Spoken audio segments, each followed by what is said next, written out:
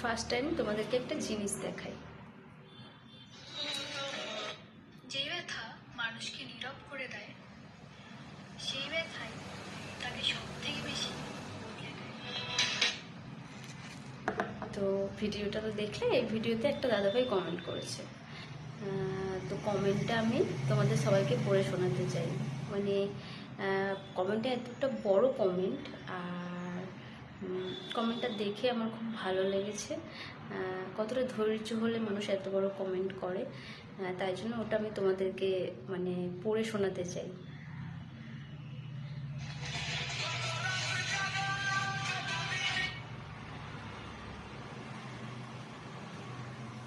তো চলো পড়ে শোনাই। যে আমাকে ভালোবাসেনি তাকে আমি বহুবার বলেছি ভালোবাসি। একটা সময় ছিল যখন আমি শুধু অপেক্ষা করেছি তার একটুকু মনোযোগের জন্য। এক ফোঁটা ভালোবাসার সে হয়তো কখনো বুঝতেই পারেনি আমি ঠিক কতখানি সিরিয়াস ছিলাম। প্রতিবার যখন সে দূরে সরে গেছে আমি চুপচাপ থেকে গেছি আরেকবার সুযোগের আশায়।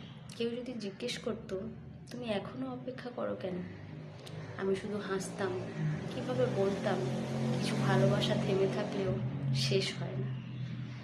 তার চোখে আমি কখনোই বিশেষ কিছু ছিলাম না, হয়তো ছিলাম শুধু একজন ভালো মানুষ যাকে চাইলেও চেনা যায় কিন্তু ভালোবাসা যায় না। অথচ আমি প্রতিটা সব মুহূর্তে তার সুখের কথা ভেবেছি। এমনকি সে অন্য কারোর সঙ্গে হাসলেও নিজেকে বুঝিয়েছি ও খুশি থাকুক তাতেই আমার শান্তি। আজ আমি বুঝি ভালোবাসা জোর করে পাওয়া যায় না। ভালোবাসা হচ্ছে মুক্ত আকাশের মতো, যেখানে পাখি উড়ে বেড়ায়, বাধা দিলে ডানা ভেঙে যায়। তবুও আমি অনুতপ্ত নই, কারণ আমি মিথ্যে ভালোবাসিনি। আমি হিসেব করিনি কতটা দিলাম কতটা পেলাম।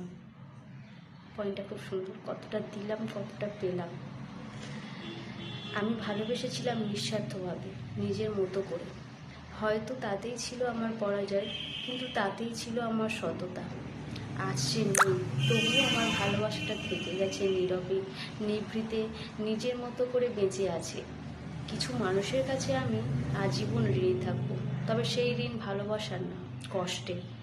তারা আমাকে যে পরিমাণ দুঃখ দিয়েছে, যে মানসিক ভার আমার ভিতরে জমা করেছে, তা কখনোই ফেরত দেওয়ার মতো সামর্থ্য আমার নেই। কিছু ব্যথা এত গভীর হয় যে তার প্রতিশোধ